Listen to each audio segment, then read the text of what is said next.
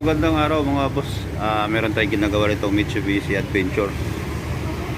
Problema naman ito, hard starting sa umaga. Napakahirap i-start. Makailang start ka, makaapat. Apat na start.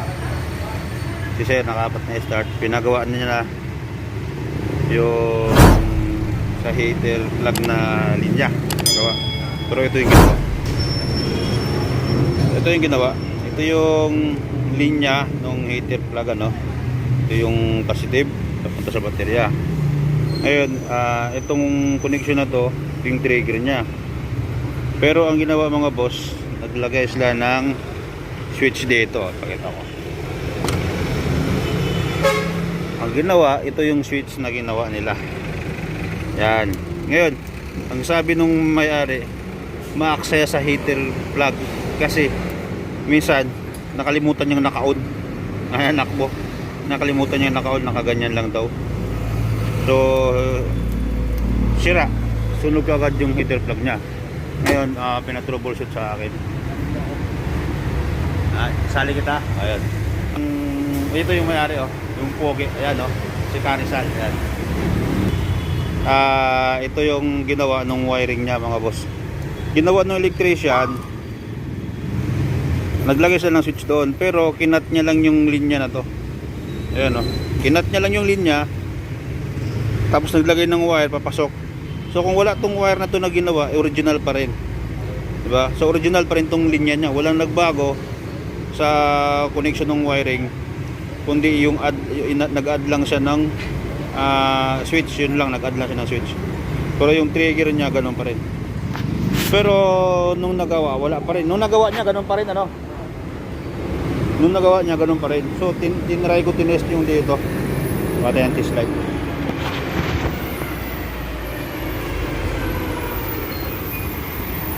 Tinitest ko yung positive kasi bala ko ibalik sa original yung trigger niya.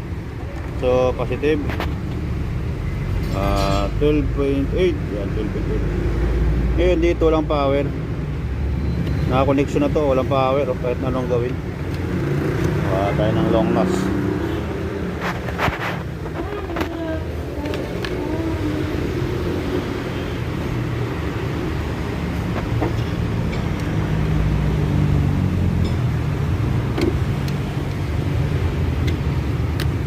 Walang power. Kaya kahit na anong gawin, hindi gagana. So walang power, 0-0. Ayan, oh. So ito may power to. Walang silbi yung ginawa niyang switch doon. So hindi natin alam kung buo pa to. Ngayon, chinik ko ito yung heater fuse. Yan, yung fuse ng heater, no? Chinik ko, putok eh. Putok. Kaya walang power. Bibili tayo yan.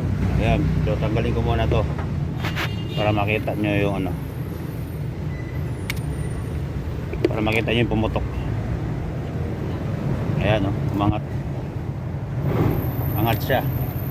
So kahit na kaya yung problema mo na hard starting, ganun pa rin, walang nagbabago. Ayan, oh. So, ito yun dito wala. Ngayon ito kasi dapat magkakaroon na ng power. Yan, pag nagkaroon ng fuse yan, kaka-power na to. Oh, ito, check natin, ha. Kaya natin pagdikitin yung dalawa.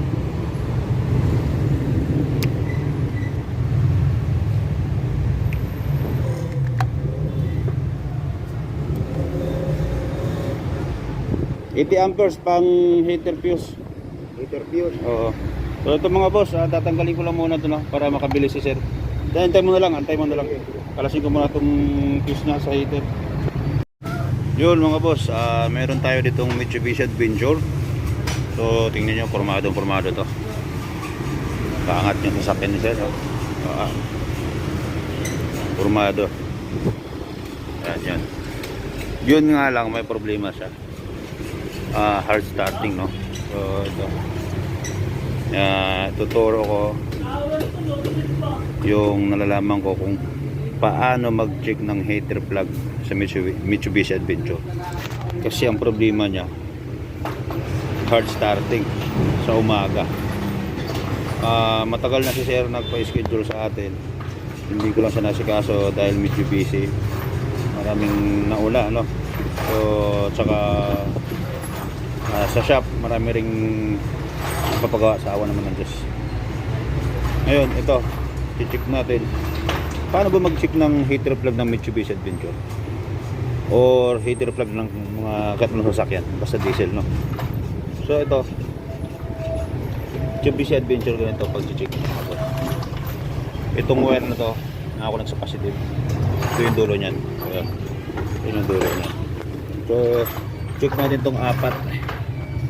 Itong apat, ayan, isa, dalawa, tatlo, apat, pandulo, no? So unahin natin itong check tong dito walang spark, so ibig sabihin sira. Ganyan ito mag-check niyan sa ano, mga boss, ha? Yan, ganyan mag-check, may power yun. So ito walang spark, dapat nag-spark yan. Pangalawa tayo. So walang spark, andun na kung ano ibig sabihin nun, sira na yun. Wala. So sa apat isa lang. So yun, sa apat na heater plug isa lang yung working. So alam na, matic hard starting talaga sa umaga, hard starting sa umaga. Kaya sabi niya mas gustado daw yung baterya niya. Ito yun. Hindi ko sa akin na siya. Mas gustado daw sa umaga. Kaya mas bugbog daw yung baterya. Tapos hirap na hirap pa i-start. Kasi nga